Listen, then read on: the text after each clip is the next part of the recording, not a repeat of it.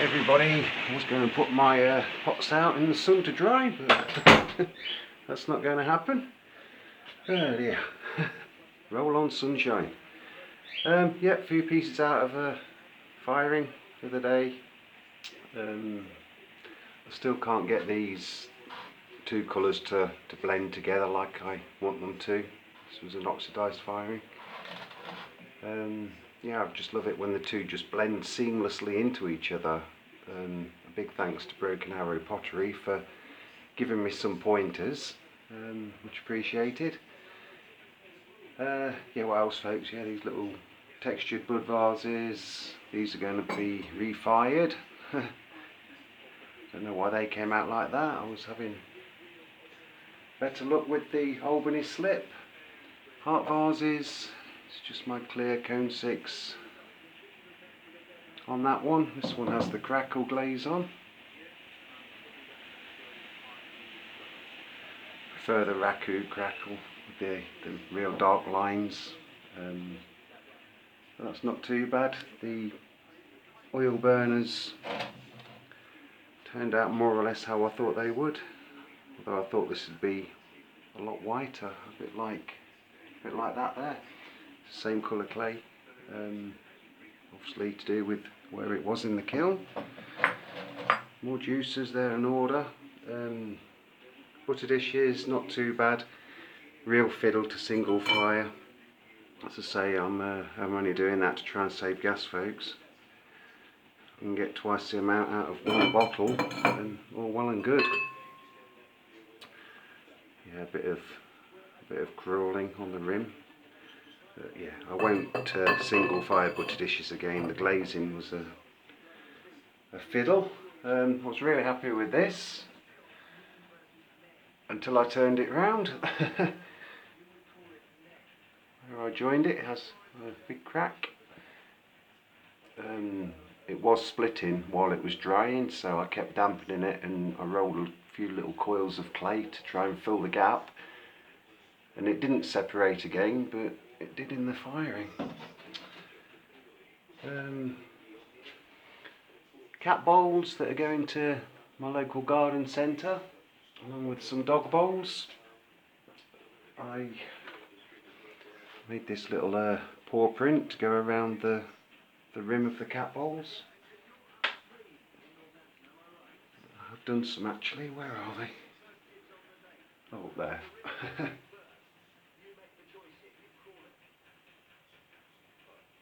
Yep, so that's those. More raw glazing. I've just done this platter in a new Shino that I'm working on.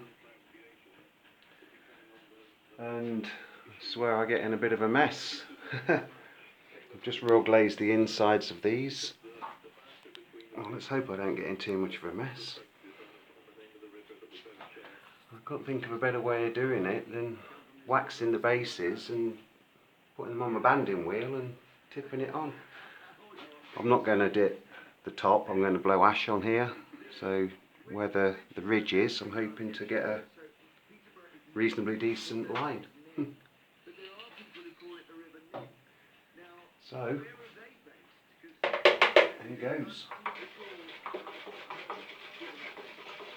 Been doing a bit more research on this glaze. Apparently it wants to be quite thin. Just brushed it on a couple of test tiles.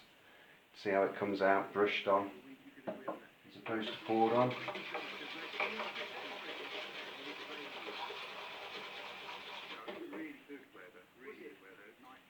See how thin that is, folks. It barely shows up on my finger. Raw wear tends to really suck the glaze in. Okay. This is all overlapping my bowl. I haven't got a bigger bowl, so it's going to be a case of a big tidy up.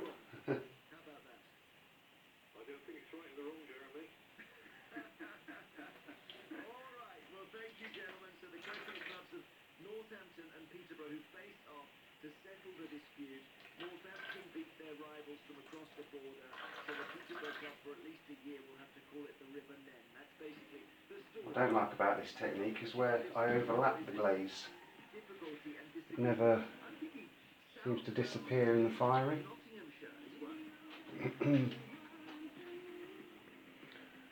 It's pretty thin.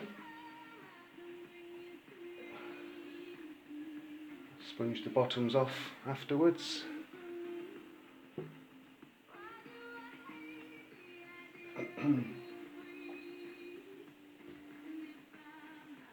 This one I used the tool that Eddie sent me on. These grooves are to hopefully help grip it.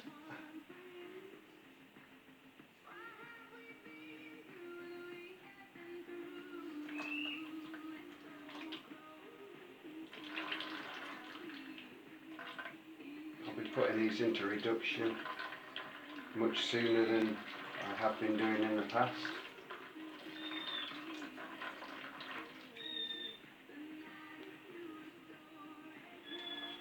Oh! Nearly went. My banding wheels propped up on another bowl. Otherwise I can't get it in the bucket.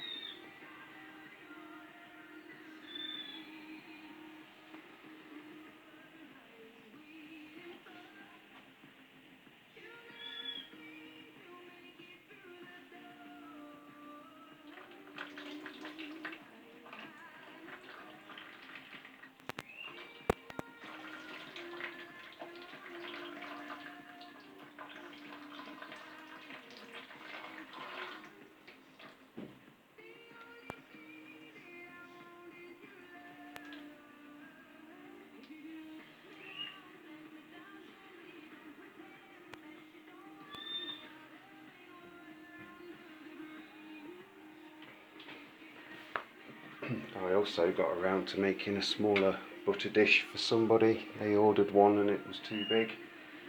So I've done one exactly the same, but miniature. That's just going to have wood ash sprayed on, clear glaze inside.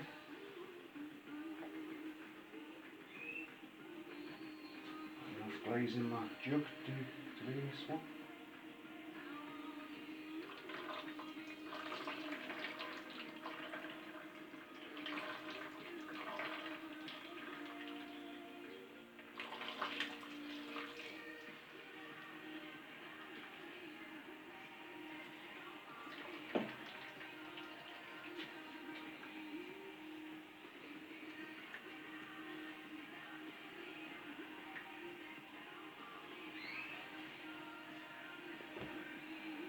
Just one more and a double vase, two-piece vase.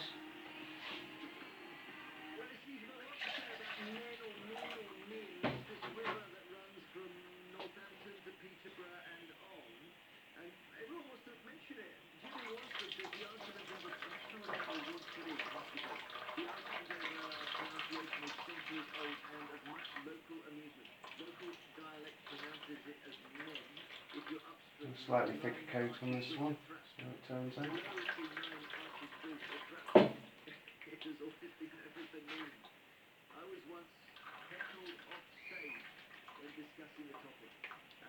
It would probably look better completely glazed. I'm just thinking about ease for now. Right. Try and get this tall vase done.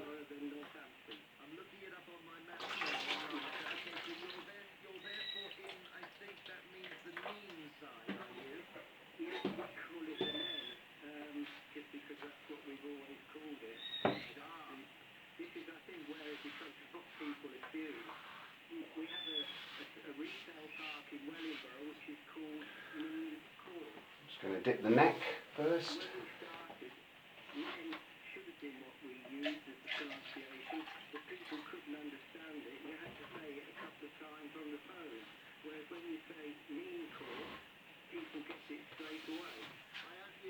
that would destroy Leicester Square, for example, wouldn't it? Some of these pronunciations we have in this country are just crazy. Just tell me where you are again, because I've got my map up now. Denford, which is near to Trapston. Ah, near Thrapston, right, that's crucial. Let me just have a little look here. Denford. Oh, I see. Yes, I see. You're near the coffee. Wow, Yes. it's hardly any glaze there at all. Good. Well, you're miles away from Northampton. There shouldn't be any doubt about this, should there? I mean, actually, no, you. We call it Len, so we should be calling it Lean. Yeah. Could you do a thing where you switch days of the week? We go men on a Monday and you on a Tuesday. What about That that? would be a very good compromise, Jeremy. I think one layer of person covered out the people during Victory is very important because they have their own language and pronunciation. I mean, 18 with Uncle Silas, when you There we look go. at the way the pronunciation is, I think that's how it changed. Because the emphasis on the boot and shoe workers in Had to start huffing and puffing wood ash. Actually, would they mainly be in Northampton? Yes. Yeah, I suppose you could And just... hope for a bit of sunshine to get them dried out. I now see why Thrapston's so important, because it's Okay folks, take care everybody, thanks for watching, bye for now.